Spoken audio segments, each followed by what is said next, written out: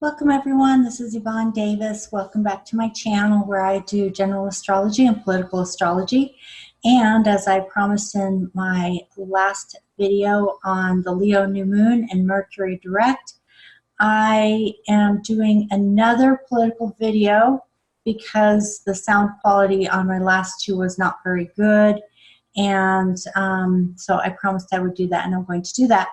And I will add one more new chart so that if you did watch the last one, this one will have some new information in it and be a little bit just slightly different. So, so it's worth watching. But I also want to request that if you have not subscribed to my channel, please subscribe. And if you like the video, please click like and ring the bell for notifications, share with friends and family, and feel free to leave comments. I love to read your comments. In fact, there are some really sweet people who've already been so encouraging to me, and because I was feeling very frustrated about the audio on a couple of my videos, and you know, they're just so sweet and so encouraging. So I want to say thank you so much for your kind words. And okay, let's get to the next video. So there is a particular chart that I want to pull up here. And okay, I think this is the end. Let me start back at the beginning with Donald Trump. And let's see here. I've been doing lots of research on the charts here. So the first one that I wanted to look at was the full moon, which is over his sun and moon opposition that he has in his natal chart. He was born on a full moon eclipse, and this full moon is right over that. So that generally, especially because it's so close to his natal configuration and sun, it can indicate a year of completion and endings and culmination and fruition. Now, as I was saying in my last video, that can indicate that some people could interpret it as an end to the these investigations that have been going on. But I don't read it that way because of the fact that the opposition is still so incredibly strong here. It just doesn't make sense to me. And it's also making a square to his Jupiter, which is represents his position as president. So it just doesn't make sense to me that this would indicate an ending to those inquiries. Since it's right over his sun, this configuration can be embedded in his solar return, which means it can last for a year.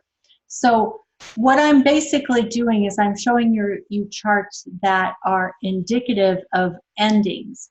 Now, different people will interpret things differently, and I'm trying to be really careful and really balanced because I know I certainly have a particular desire where this is all concerned. So I have to be really careful to try to be balanced and not only interpret things the way I want to see it. But to say, you know, these are the kinds of things, these are the ways that astrologers would tend to interpret things. So a full moon right over your sun indicates a year of endings, completions, culminations. But again, I'm suggesting that that does not indicate an end to the investigation because of all the opposition here in his sixth house of work and government, because government is ruled by Capricorn. So this is all the opposition. And again, it's squaring his Jupiter. So what I'm saying is underlying this is something very karmic. And then again, the North Node is right over his Mercury, which I've been saying is one of the fundamental problems because of the fact that he's secretive, he's dishonest, and he lies. And of course, there are reasons for all of that because he has reasons to lie, things he doesn't want people to know. So this is very karmic here with this North Node over his Mercury in his 12th house of hidden information. So there's something very karmic going on that I think is much more powerful than any benefit he might get from, say, having Pluto trine to his midheaven, or this full moon trine to Jupiter. But I guess it's also important to consider that there are always two sides, which we have seen. That's what this administration has been all about, is that there are two narratives going on. And if, you know, he wasn't getting some benefit, he wouldn't have survived this long. So there are things working in his favor as well. And yet, that doesn't mean the opposition is going away, because they're clearly not, or that there aren't any karmic issues to deal with, because there clearly are. So that's the first chart I wanted to look at, because you know, it's hard to say about the impeachment. Right now, there are 97 Democrats calling for impeachment proceedings, and I think there was at least one Republican as well. But when you look down, look at the breakdown, the party breakdown, there are 235 Democrats in the House, so that's still less than half. So there just still is not enough support. But I was watching Brian Williams, you know, the 11th hour with Brian Williams. This is what I was watching. I'll put the link in if you want to see it. That Jerry Nadler has no problem using the word impeachment. And so, but, you know, he doesn't have the full support yet of Congress. So they're still working to build their case. The opposition is not going away. So just keep that in mind, okay? I still stand by my prediction that I think I think they will move toward formal impeachment proceedings and articles of impeachment and a vote to impeach.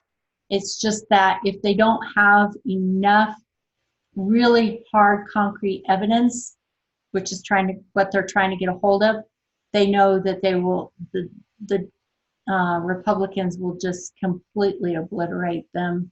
So they're working hard to build their case. It's just taking longer than I thought it would take. But as I said before, eclipses are a little bit different because they take longer. So a normal full moon, you would usually see it within 2 weeks to a month of that full moon, usually even closer, like within 5 days. But with eclipses, it can take a lot longer because there's an unfolding karmic story. So that's why I'm moving ahead to the end of the year, because I think this is when things are going to start really coming to culmination. First with this full moon, and then the next chart I want to bring up is to go in and look at the eclipses at the end of the year. So the first one would be the Capricorn new moon. And as you can see, the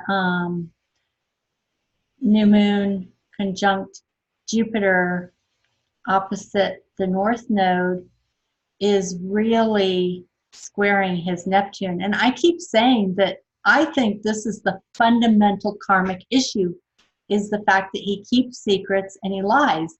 And when you see the square of Mercury in the 12th house of secrets and lies squaring Neptune, whose shadow side, who is the ruler of the 12th house and whose shadow side is deceit and deception and delusion and all of that, there's this is very karmic here, because this is the eclipse. It's right over his Mercury and it's squaring his Neptune. And I think that is the fundamental karmic issue going on here.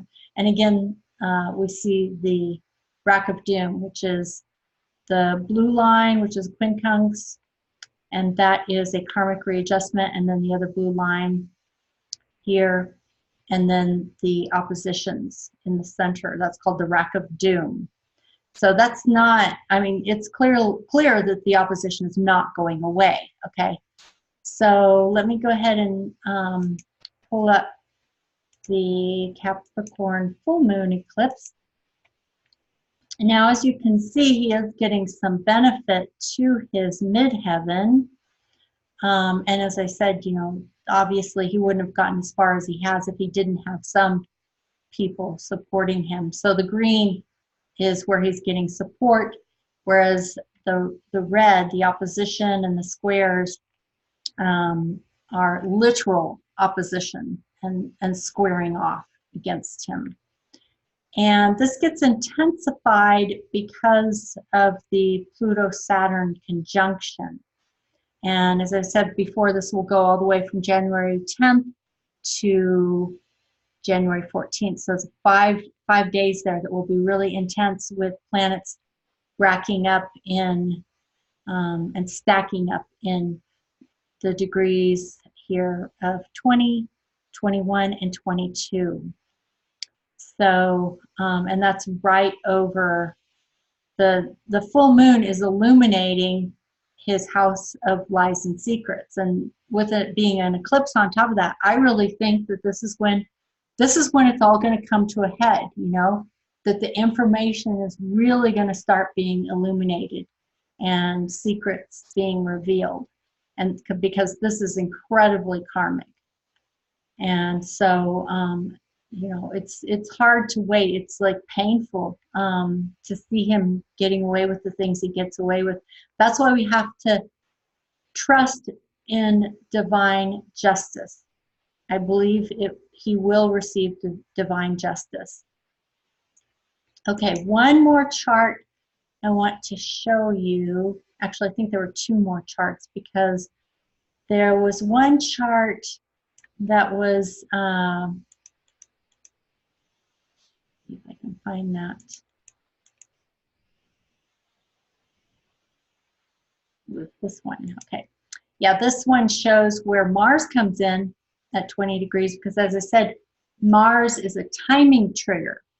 So there are different timing triggers in astrology. Eclipses are timing trigger, and lunations are timing triggers, and Mars is a timing trigger. So, you know, so basically what I've shown you is I showed you a full moon over his sun, and then I showed you both of the eclipses, the new moon eclipse and the full moon eclipse, and where the North Node is during those eclipses. And now I've brought Mars to bear as well. And this happens starting on March 16th.